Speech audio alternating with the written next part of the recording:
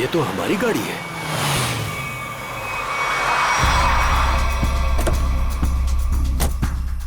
ये तो टीना और आकाश की गाड़ी है।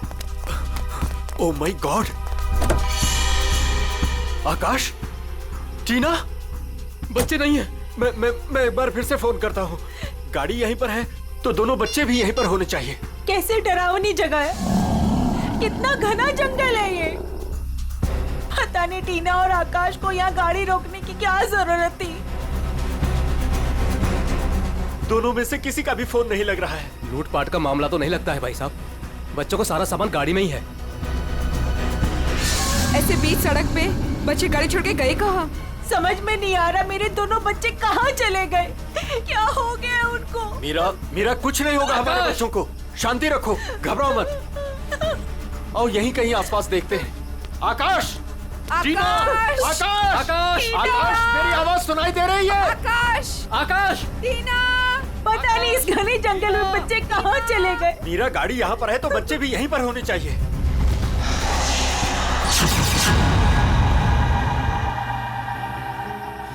भाई साहब, कहीं कोई कुछ भी नहीं है वहाँ। यहाँ पर भी नजर नहीं आ रहा है। सन्नाटा। चुप हो जा।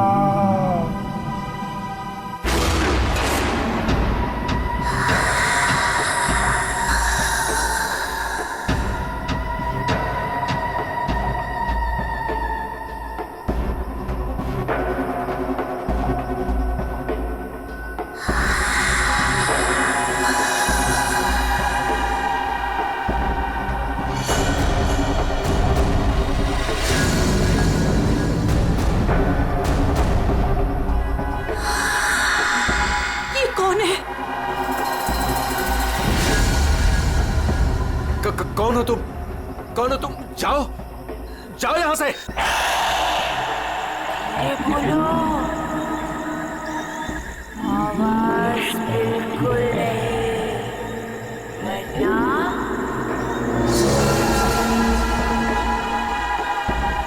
वो आ जाएगी। कौन आ जाएगी? कौन आ जाएगी? वही आएगी जो अपना सर हाथ में लेकर घूमती है।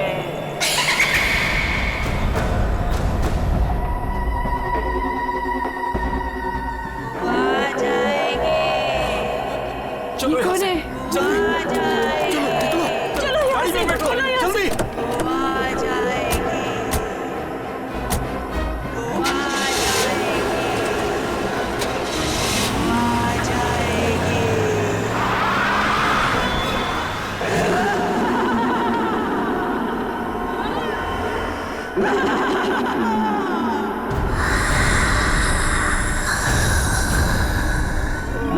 जाएगी। आ जाएगी। आ जाएगी।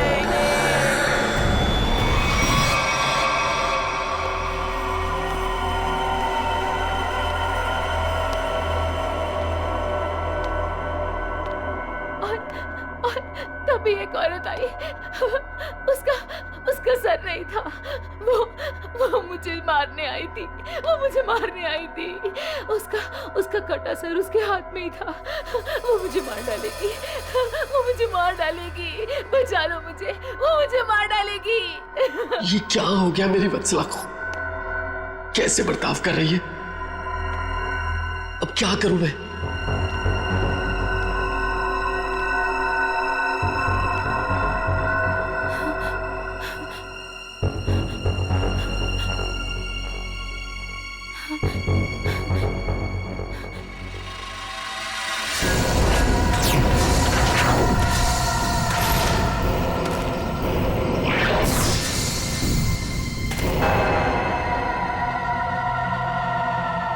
सर,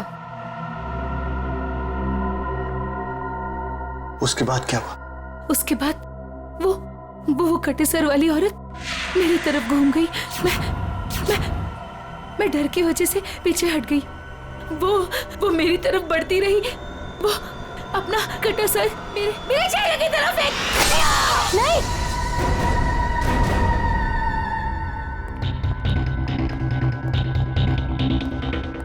डॉक्टर साहब, क्या हुआ है मेरी वाइफ को? मिस्टर नमित, देखिए ना डॉक्टर साहब के साथ क्या किया वत्सला जी ने।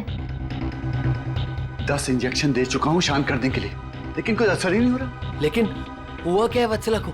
इनका दिमाग एक सरकटी औरत के बारे में सोच रहा है। उसकी चाल डाल, उसका रवैया और पता नहीं क्या क्या इसके दिमाग में घुस गया है। Oh my God. डॉक्टर साहब, मेरी वाइफ ठीक तो हो जाएगी ना? कुछ कह नहीं सकते, लेकिन ये चेंजेस आपने इनमें कब महसूस की? कल रात वत्सला की गाड़ी दहलिया रोड पे खराब हो गई थी। मैं इसे लेने वहां गया, तब से इसकी हालत ऐसी है। देखिए मिस्टर नमित, इनकी हालत बहुत नाजुक है। मेरी मानिए तो इन्हें फौरन हॉस्पिटल में एडमिट कर दीजिए। सर, मुझे तो लगता है कि वत्सला जी के साथ जो कुछ भी हुआ है ना, दहलिया रोड पे ही हुआ है। श्रवण, हमने कहीं वहां से आकर कुछ गलती तो नहीं की ना? अब हमारे बच्चे कैसे मिलेंगे? मुझे तो लगता है उस खूनी औरत ने कुछ कर दिया है टीना और आकाश को। भाई साहब, मुझे लगता है कंप्लेंट लिखवा देनी चाहिए। पता नहीं बच्चे किस हाल में होंगे। उमेश, मैं तो कहता हूँ हमें सीआईडी को फोन करना चाहिए। मैं करता हूँ भाई साहब।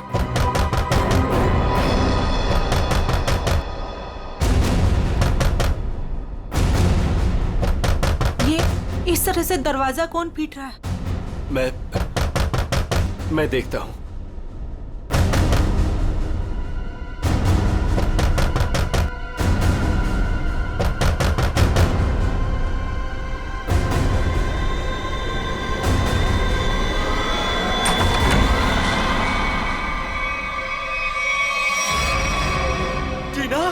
टीना बेटा, टीना बेटा, टीना बेटा, ये क्या हो गया? क्या हो गया? किसने किया बेटा? ये किसने किया? टीना, भाई साहब, इसकी हालत तो बहुत खराब है। इसे हॉस्पिटल ले जाना होगा। मैं गाड़ी निकालता हूँ भाई साहब। टीना बेटा कुछ तो बोलो। आकाश कहाँ है? आकाश भैया को बचा लो। बचा लो मतलब? क्या हुआ है आकाश को? टीना बेटा, टीना आंखें खोलो बेटा, आंखें खोलो बेटा, आंखें बंद मत कर बेटा। टीना, क्या हुआ तुम्हें? वो गाड़ी हमें रोक रही है माँ।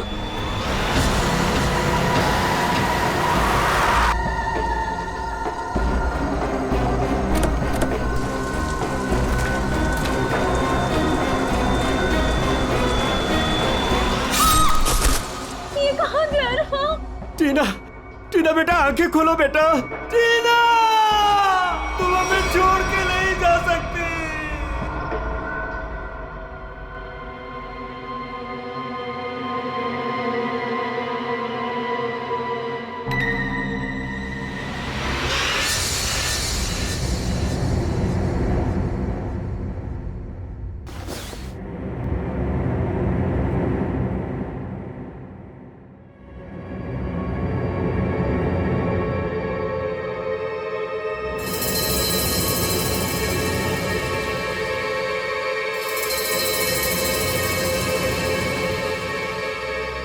नहीं डॉक्टर साहब, मैं अपनी वाइफ को किसी भी हॉस्पिटल में एडमिट नहीं करने वाला।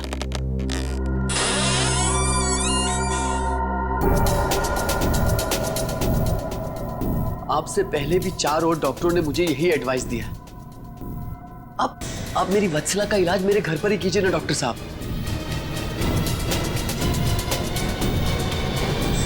मैं अपनी वत्सला को अपने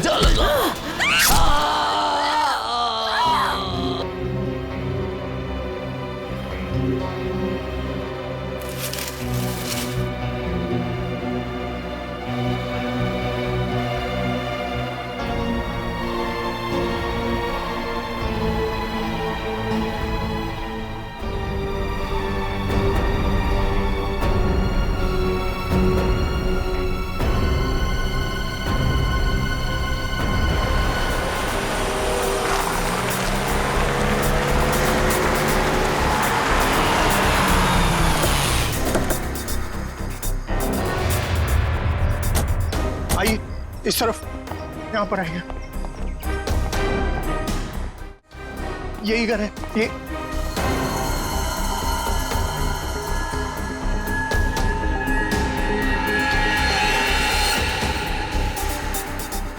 तो यहाँ पे जबरदस्त हाथापाई और तोड़फोड़ हुई है। चारों तरफ खून, सामान बिखरा पड़ा है। मिस्टर अमन, आपको कल रात ही हमें खबर कर देनी चाहिए थी। लेकिन सर, नमित के शरीर पर इतना खून देखा कि मैं डर गया था। हाँ सर। ये जिस किसी भी हथियार से विक्टिम पर हमला किया गया है, वो हथियार काफी तेज धार वाला होगा। सालुंके साहब, आपको कैसे पता चला? ये देखो, ये छोटी छोटी बूंदें देख रहे हो खून की, ये एक धार में सीधी।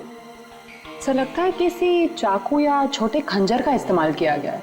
पता नहीं जिसको भी इसने मारा है वो जिंदा है या नहीं। और ये खून से सने हुए पांव के निशान तो घर के अंदर की तरफ जा रहे हैं। तो यहाँ पर नमित के अलावा कोई और भी रहता है क्या? हाँ, उसकी वाइफ। ओह माय गॉड, कहीं उससे तो कुछ नहीं हो गया। अभी जी देखो देखो सर,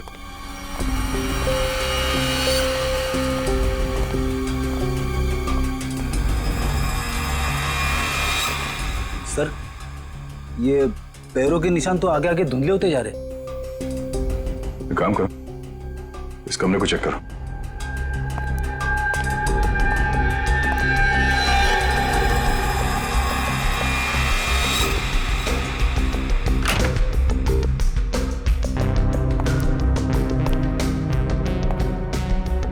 बेड पर तो कोई खून नहीं।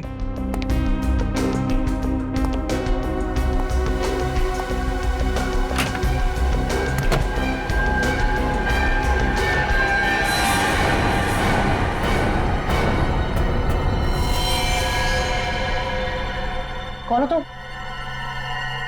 बाहर आओ। बाहर आओ।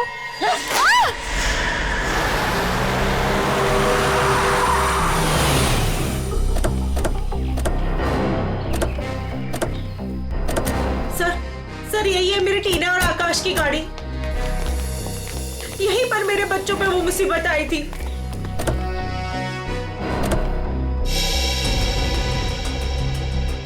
सर वो उस जगह पे खड़ी थी, वो भयानक दिखने वाली लड़की। हाँ सर उसी ने हमारी बेटी को मार डाला है और वही हमारे बेटे आकाश को लेकर गई है। सर गाड़ी के अंदर तो सब ठीक ठाक ही लग रहा है। और सर हाथापाई के भी कोई निशान नहीं। अच्छा, हाँ सड़क पे भी जैसा लग नहीं रहा है कि कुछ हुआ है। क्या टीना ने एग्जैक्टली क्या कहा था? सर वो बता रही थी कि आकाश भाई को बचा लो। बचा लो मतलब क्या हुआ आकाश को? वो ठीक तो है ना बेटा? सर कहीं मेरे आकाश को कुछ हो तो नहीं गया? सर उसके हाथ में कल रात को हंसिया था। हंसिया? सर हो सकता है कि शायद आकाश अभी भी उस औरत के कब्जे में हो और टीना किसी भी तरीके से वहां से भाग गई हो सकता है वो जो कोई भी लड़की है शायद आकाश को जंगल में ही ले गई होगी। हाँ सर, हो सकता है आकाश अभी तक जंगल में ही हो। चल के देख लेते हैं। सर हम भी चलते हैं आपके साथ। नहीं, आप लोग यहीं रुकिए, जंगल थोड़ा खतरनाक है। एक्चुअली आप लोग घर जाइए, कुछ भी पता चलता आपको फोन कर देंगे। ओके ठीक है सर।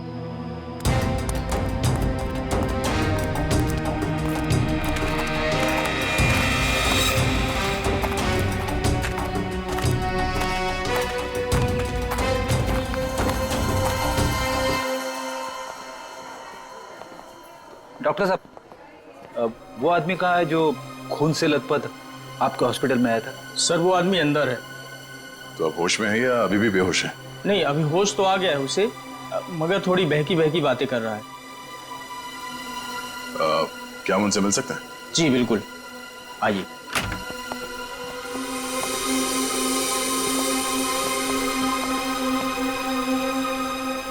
नमित,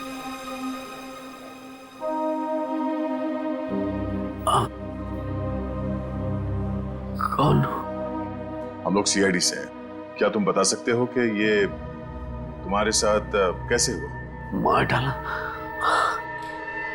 डाला मुझे। मेरी वत्सला ने मुझे मार डाला। पूछिए अमन से। मुझे रोज पीटती थी, पर मैंने कभी भी गुस्से से उसे नहीं घूरा।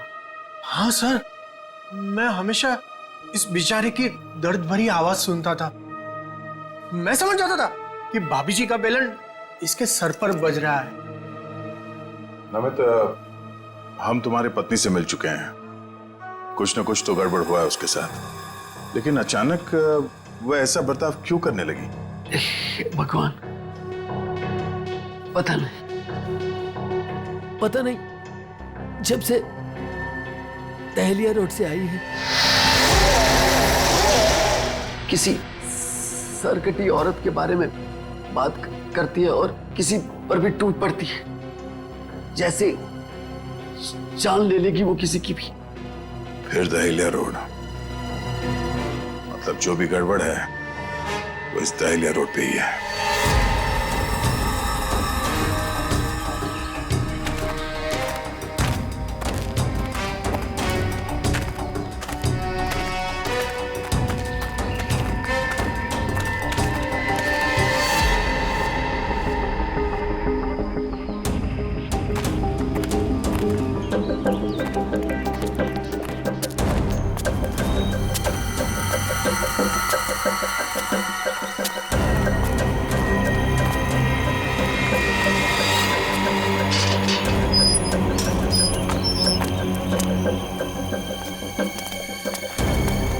ये तो बिल्कुल हॉरर फिल्म की तरह बंगला है, जंगल के बीच में इतना सुनसान। लगता है ये टीना और आकाश इसी घर में आए होंगे।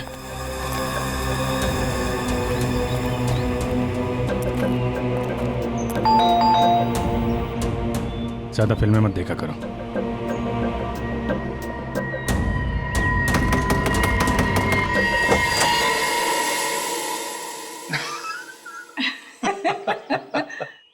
बहुत अच्छा लगा, इतने सुनसान जंगल में भी कोई हमें मिलने आया। एनीवेज, मेरा नाम डीके है और ये मेरी धर्म पत्नी रागिनी। अरे आइए ना आप लोग, अंदर आइए, बाहर क्यों खड़े हैं? प्लीज आइए आइए आइए। सर, ये लोग तो बहुत अजीब हैं। ये तो हम लोग से ऐसे बात कर रहे जैसे हम लोग इनके रिश्तेदार हैं। काफी अच्छा घर है। Thank you. आसपास दूसरा कोई घर नहीं दिख रहा है, तो इतने सुनसान जंगल में आपने ये घर बनाया है? बनाया नहीं है सर, खरीदा है। वो क्या है ना कि हम दोनों पति पत्नी एक कलाकार हैं और अपनी सोच के आकार को पूरा करने के लिए हमें शांति और एकांत की सख्त जरूरत रहती है। जी हाँ सर, यही हमारा घर भी है और हमारी दुनिया भी है। और हाँ, आपको एक बात और बताना चाहूंगा। हम लोग रहते जरूर इस सुनसान इलाके में हैं, लेकिन कला के क्षेत्र में हमारा बहुत बड़ा नाम है। अच्छा। कब खरीदा आपने ये घर? बहुत साल पहले खरीदा था। अब तो ध्यान भी नहीं है हमें कि कब खरीदा था हमने। हाँ, ये तो याद होगा कि कल यहाँ पे कौन आया था। हाँ सर, बिल्कुल, लेकिन कल तो यहाँ कोई नहीं आया था सर। ये फोटोज देखिए, ध्यान दीजिए और सोच के बताइए, क्या इन दोनों में से कोई भी कल यहाँ आया था? नहीं मैडम, इनको हमने पहले कभी नहीं देखा।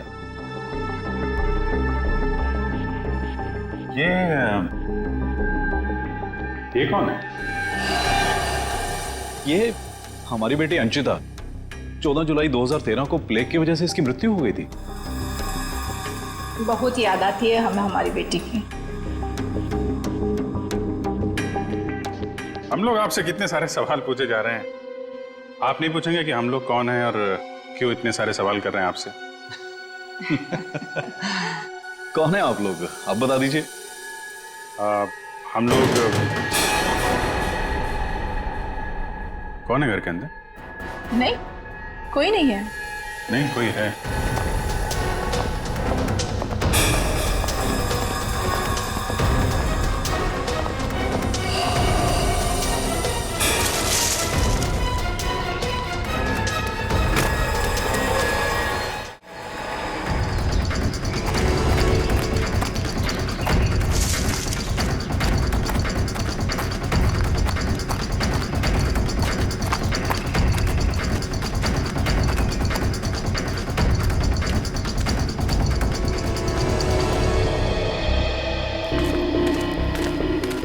आया तो इस तरफ ही था। कहीं हमें देखकर छुप तो नहीं गया? हो सकता है आकाश भी उसी के साथ ही होगा शायद। देखते हैं।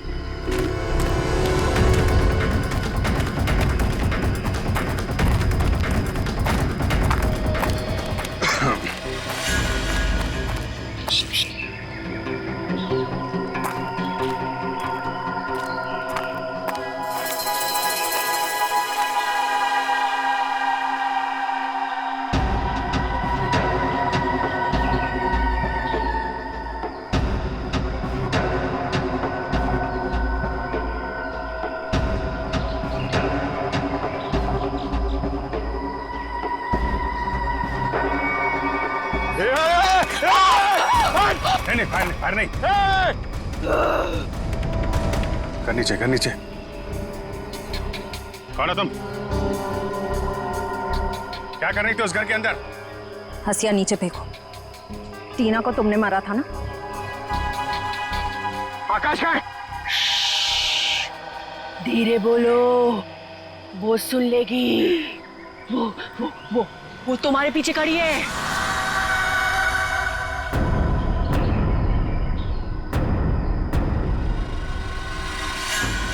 कौन है हमारे पीछे? कोई नहीं है, लगता दिमाग हिला हुआ इसका। क्या दिखा रही है?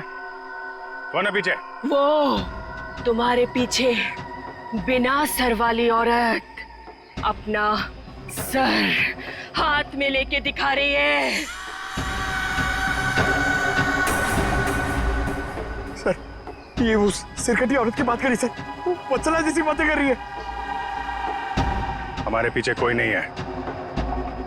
किसकी बात कर रही हो तुम? ऐसे नीचे करो, नीचे रखो। मैं मार दूंगी उसे, मैं मार दूंगी उसे, मैं मार दूंगी।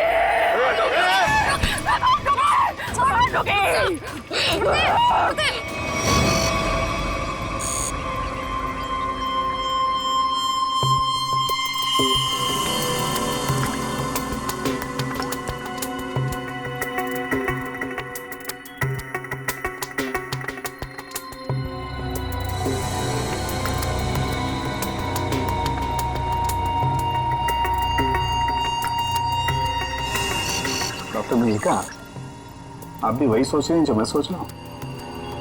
यस सर, पर ये है क्या? थोड़ा बहुत तो पता चला है, पूरा तो टेस्ट होने के बाद पता चलेगा।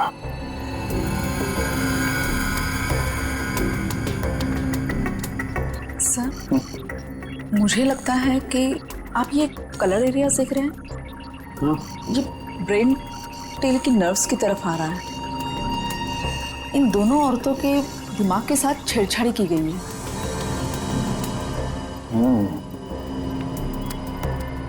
सर, इनकी याददाश्त से छेड़छाड़ की गई। इनको कोई नेचुरल रोग या दिमागी बीमारी नहीं, इनकी तो मेमोरी ही बदल दी गई है। मतलब ये कि आर्टिफिशियल मेमोरी भर दी गई है इनके दिमाग में। Yes sir.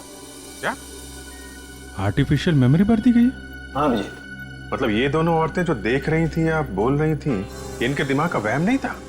बिल्कुल नहीं था।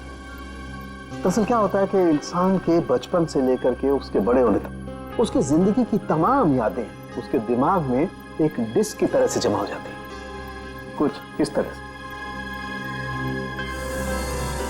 और फिर कोई एक दिन गर्दन के पीछे ऐसा इंजेक्शन लगा देता है, ये देखिए, यहां दिख रहा है, जिससे ब्रेन में कंपार्टमेंट्स बन जाते हैं और जिंदगी की सारी याद ब्लॉक हो जाती है। इंसान एक सेमी कॉन्शियस स्टेट में चला जाता है, आधी बेहोशी की हालत में। के बाद फिर क्या होता है? इसमें इंसान के दिमाग को सुन कर देने वाला ड्रग दिया जाता है। इंसान अगला पिछला सब भूल जाता है। आप सुन सकते हो, समझ सकते हो, लेकिन आप रिएक्ट नहीं कर सकते।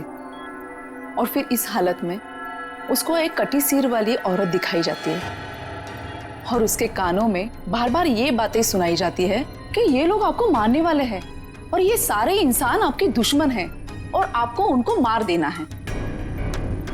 ड्रग के असर की वजह से दिमाग कुछ इस तरीके का दिखाई देने लगता है। हर याद को दबाकर, सप्रेस करके उसे सिर्फ उतना ही हिस्सा याद करने के लिए दिया जाता है जितना कि बेहोशी की हालत में उसे सुनाया या दिखाया गया था। सर यानी कि इन दोनों औरतों ने सच में एक सरकटी औरत को देखा और होश में आने के बाद दोनों को सिर्फ उतना ही याद है। बिल्कुल। वरना सोचो, दो लड़कियां जो एक दूसरे को जानती नहीं, पहचानती नहीं, वो एक ही समय पर एक ही जैसी बात कैसे सोच सकती हैं? मतलब इनकी मेमोरीज को बदल दिया गया है। ड्रग्स कौन सा इस्तेमाल किया गया इनके ऊपर? डोडियन और हेपिस जैसे न्यूरॉन अफेक्टिंग ड्रग्स। ये ऐसी दवाइयाँ जो ब्रेन की मेमोरी लोकेशंस को नष्ट कर देती है। आपको ये भी याद नहीं रहेगा कि आप हैं कौन, और आपको उतना ही याद रहेगा जितना आपको बताया जाएगा। हमारे टेस्ट में भी काफी ऐसे ड्रग्स मिले हैं जो याददाश्त मिटाने के लिए काफी हैं, और हाँ, इन्हें हल्के इलेक्ट्रिक शॉक्स भी दिए गए। मुझे नहीं लगता ये लड़कियां कभी भी ठीक हो सकती, क्योंकि इस बीमारी का अभी तक कोई एंटीडोट इजाद नहीं हुआ है और हिप्नोसिस में महीनों लग जाएंगे, और फिर भी इस बात की गारंटी नहीं है कि इनकी खोई हुई मेमोरी इन्हें वापस मिल सकती है। अरे सर, ये सब सुन के मेरा सर फटने लग रहा है। सर, आप मेरा ब्रेन मैपिंग कर लीजिए। डहलिया रोड के बंगले के मालिक डीके, रागनी और सड़क पे खड़ी उस लड़की का राज तो अब डहलिया रोड पे जाके ही पता चलेगा। तो थोड़ा घूम आते हैं डहलिया रोड।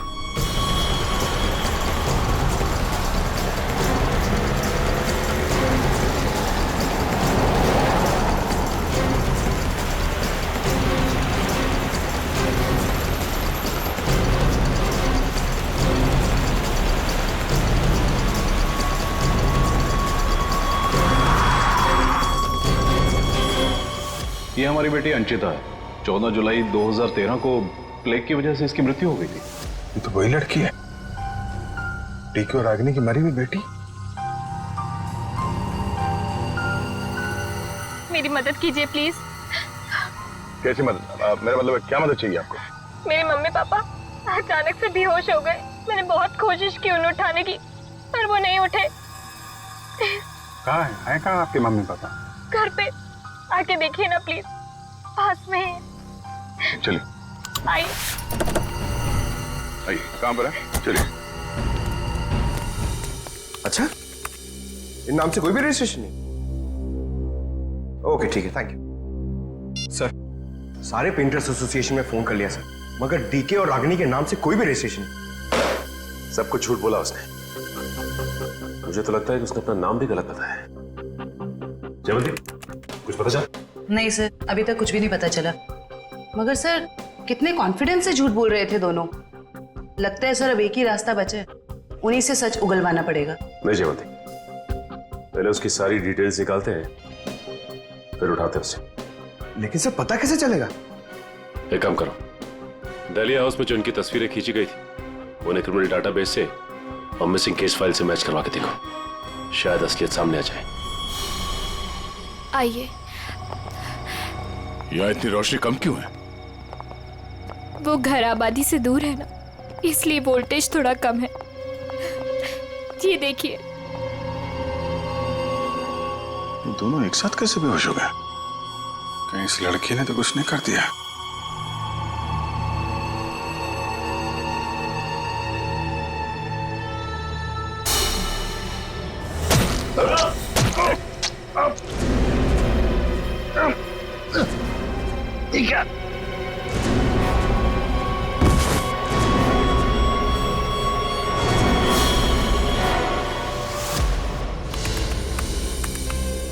सर, दोनों फोन्स के सिग्नल नहीं मिल रहे हैं। सर, कुछ सेकंड्स पहले तक अभिजीत सर और दया सर का फोन दहलिया रोड पे बता रहा था, लेकिन अभी लोकेशन नहीं दिख रही है।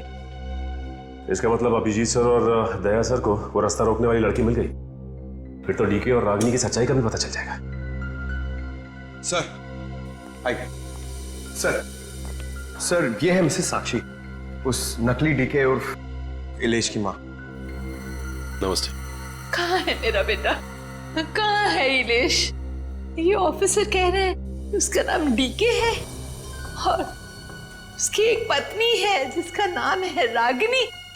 ये कैसे हो सकता है? ये सब झूठ है। जी नहीं, ये सच है। एक छानबीन के दौरान आपके बेटे और उस औरत से मुलाकात हुई हमारी, जो अब डीके और रागिनी बने बैठे, और उसी छानबीन में मिसिंग कंप्लेन से उनकी सच्चाई भी पता चली। मैम, आप हमें बता सकते हैं कि आपके बेटे इलेश ने अपना नाम बदल के डीके क्यों रख लिया?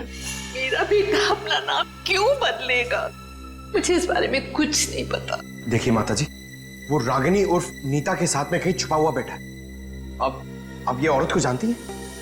ये लड़की कौन है और कैसे मेरे बेटे की जिंदगी में आई, मुझे कुछ नहीं पता। देखिए मैडम, उस औरत के माँ बाप तो मर चुके हैं। बस आप ये बता सकती हैं कि जुलाई 2013 से पहले ऐसा क्या हुआ था जो आपका बेटा घर छोड़कर चला गया? नहीं, मेरा बेटा घर छोड़कर नहीं भागा था। हाँ, इलेश दिमागी तौर पर बीमार रहता था, तो एक बड़े साइकोथेरेपिस्ट के पास उसका इलाज चालू था, और उसी थेरेपी की सिटिंग के लिए वो डॉक्टर के क्लिनिक गया था, और फिर वो वापस ही नहीं आया। अच्छा मैम, ये बताइए कि नाम क्या है इस थेरेपी क्लिनिक के डॉक्टर का?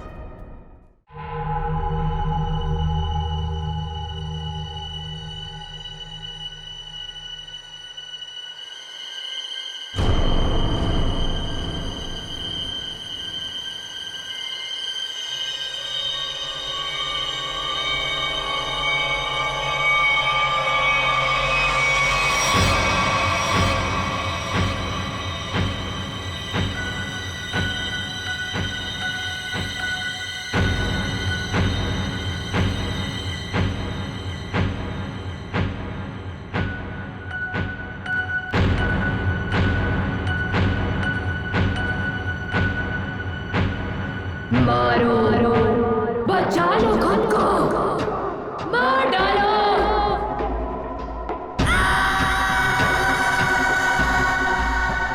मारो, मार डालो, सब दुश्मन है तुम्हारे। मारो, मार डालो, बचा लो खुद को। मारो, मारो, मार दो, सब दुश्मन है तुम्हारे। उठा लो हथियार, उठा लो हथियार, मार दो। समझ में नहीं आ रहा कि इन सबके पीछे एक डॉक्टर हो सकता है। देखते कहाँ का तार कहाँ जाके जुड़ा है सर। बहुत लंबा जाल फैलाता है सर। आज सारे तार कट जाएंगे इसके।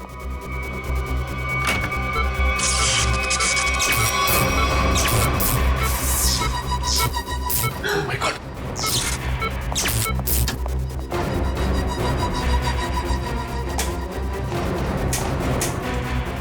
किसने किया ये? बोलो, बोलो किसने किया?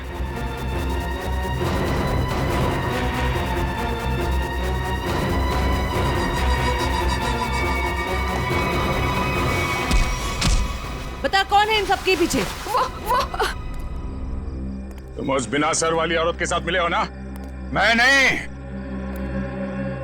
तुम उस सरकटी औरत के साथ मिले हुए हो। मैं जानता हूं, मैं छोड़ूंगा नहीं तुमको। तुम और उस औरत दोनों को खत्म कर दूंगा मैं। तुम मुझे मारना चाहता है ना? छोड़ूंगा नहीं तुम्हें।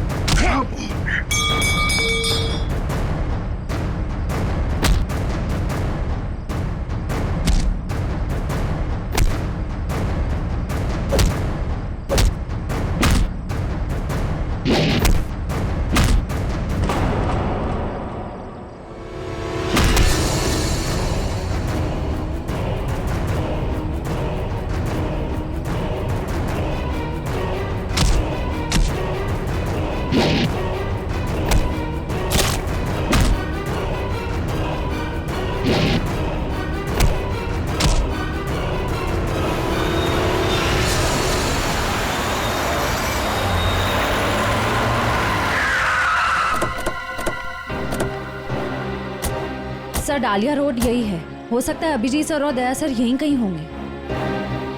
हो सकता है वो डीके और रागनी क्या हो। हम लोग जाके देखते हैं, तुम लोग यहीं रखो, एक डॉक्टर जाना नहीं चाहिए। हाँ ठीक है, चलो आ जाओ।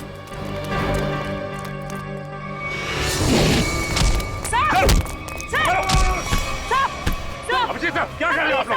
सर, क्या कर रहे हो आप लोग? संभालो। क्या कर रहे हो? अभिजीत सर, सर क्या कर रहे हो? Please, please. नहीं सर। चल जल्दी, चल। एंटीडोट दे जल्दी। संभालो।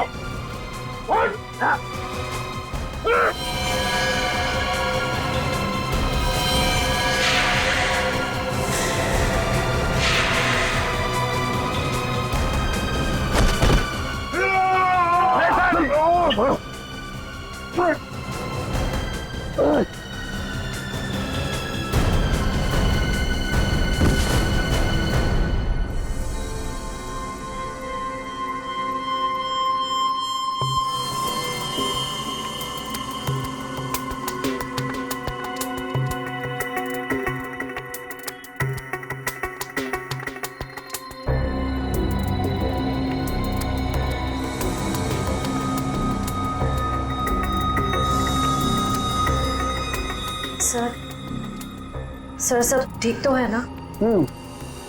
एंटीडोट ने असर शुरू कर दिया, थोड़ी देर में होश आ जाएगा दोनों को।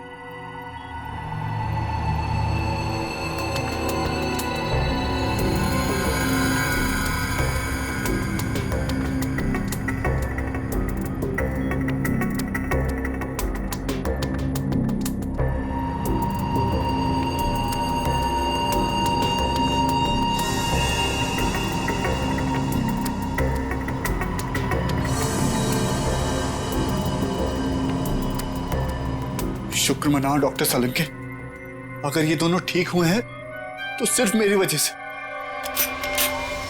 अगर अपने दिमाग का सही इस्तेमाल किया होता ना तो एक मुजरिम की तरह इस हालत में नहीं खड़े होते, समझे? विकास अंकल, आपकी वजह से मैं भी एक मुजरिम बन के रह गई। अभी तो सिर्फ तुम दोनों का गुनाह सामने आया है। जिस दिन तुम दोनों को सजा मिलेगी ना, उस दिन समझ में आएगा कि गलत राह पे चलने का अंजाम क्या होता है।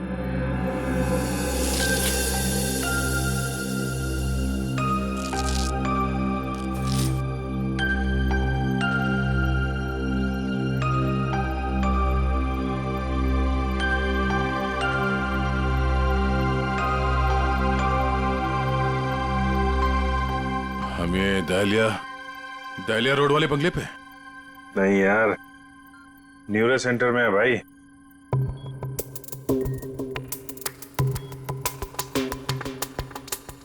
और मुजरिम हमारे सामने खड़ा है।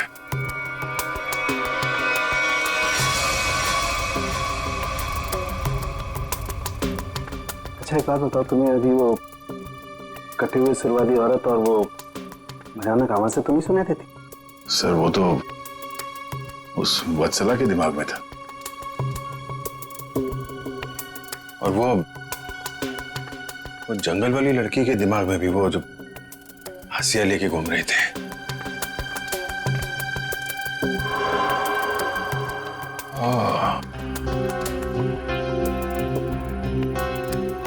अब समझ में आया, संचिता के माँ बाप ने भी हम लोगों को वो ड्रग्स वाला इंजेक्शन लगा दिया था। हमारे दिमाग में भी ये सारी बातें भरती गई थी। बताओ डॉक्टर विकास, क्यों किया तुमने ये सब? जल्दी बता, वरना हमें तुम्हारा इलाज करना पड़ेगा। क्या बताऊं, डॉक्टर सालुंके ने सब कुछ समझा तो दिया था। मैं दुनिया में तहलका मचाने वाला ब्रेन मैपिंग एक्सपेरिमेंट करना चाहता था।